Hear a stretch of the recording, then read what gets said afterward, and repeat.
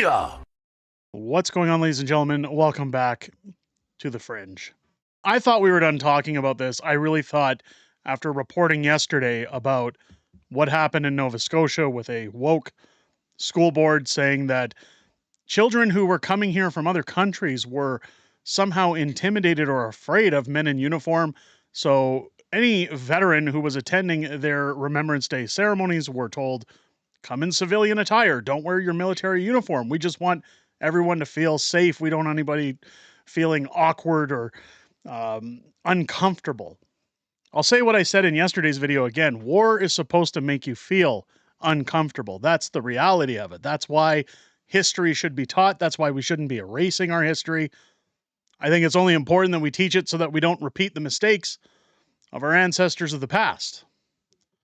That being said, seems that the Liberal and NDP coalition, that they don't call a coalition, has come out once again to join that foray going into Remembrance Day this year. I want to share this article from the National Post. The Liberals are now denying prayer ban at Remembrance Day ceremonies despite conservative accusations.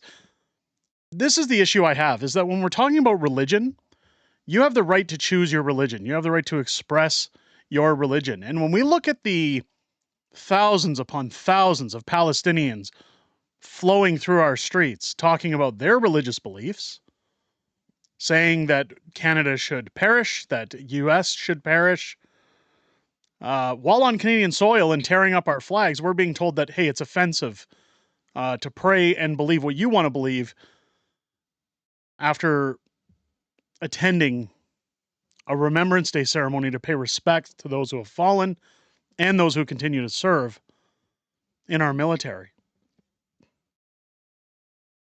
Conservatives are blaming the Liberal government for a directive that will once again require military chaplains to tone down the religious language when speaking at Remembrance Day ceremonies and other public events.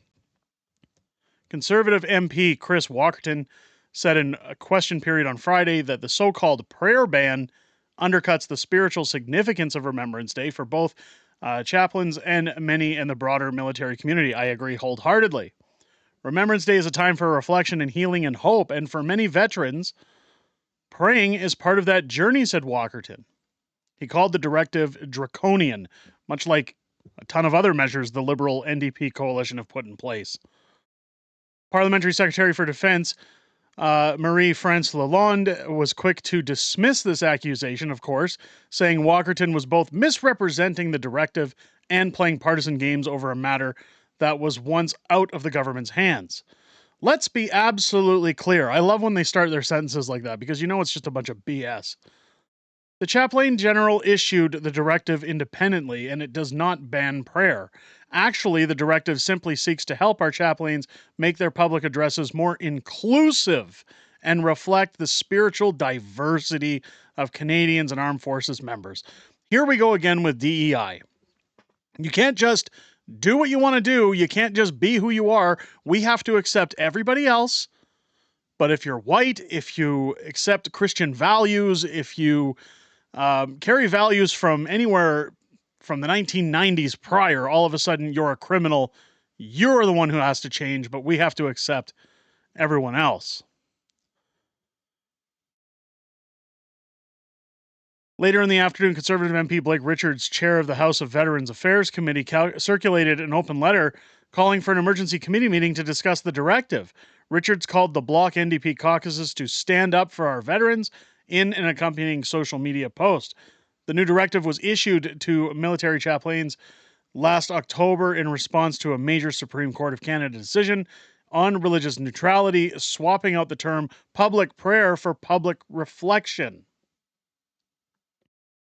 The directive requires chaplains to carefully choose the words that are inclusive when leading public reflections, further instructing them to employ a language mindful of the gender-based analysis principles, incorporate elements in both official languages, and include the use of local languages when appropriate. So dull it all down for our preferences. Everyone's offended.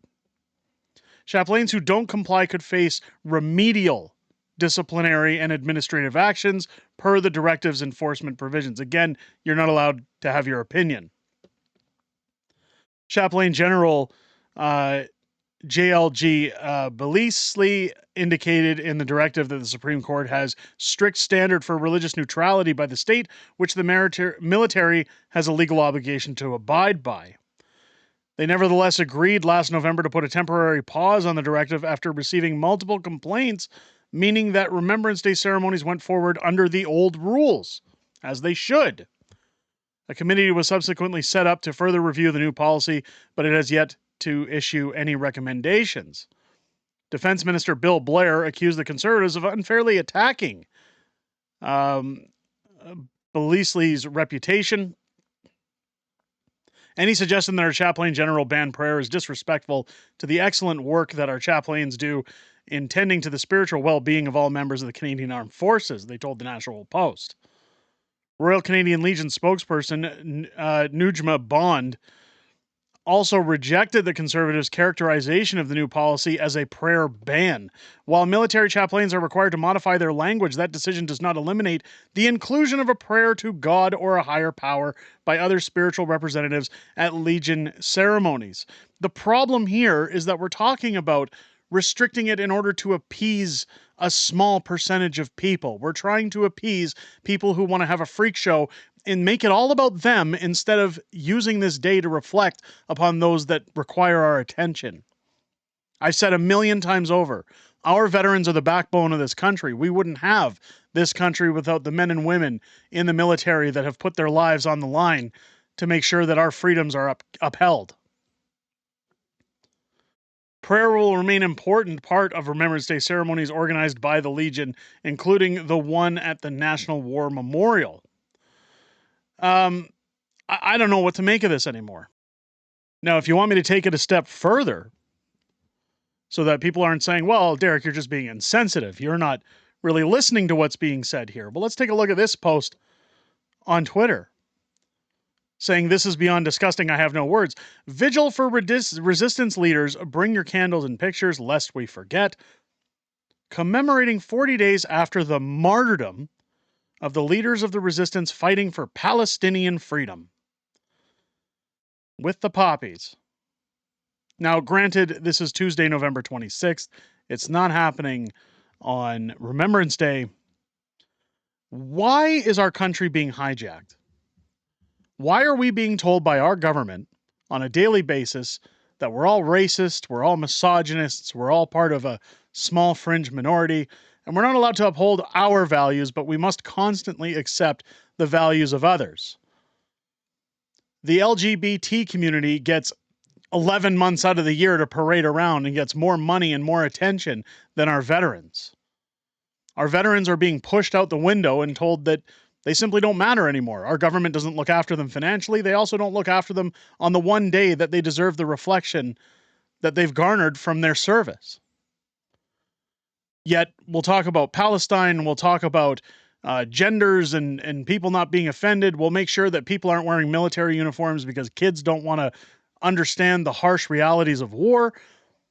I think we're in a mess. I think we need to start telling people, if you don't like Canada's values, you're free to leave at any point. Nobody is forcing you to be here. And I think as a country, we need to uphold our values. And when people like the Prime Minister stand up and say that we're going to tone things down, or any of the Liberal Party or the NDP for that matter, we should be telling them, no, we're not going to tone it down. We don't care if you're offended. Don't come.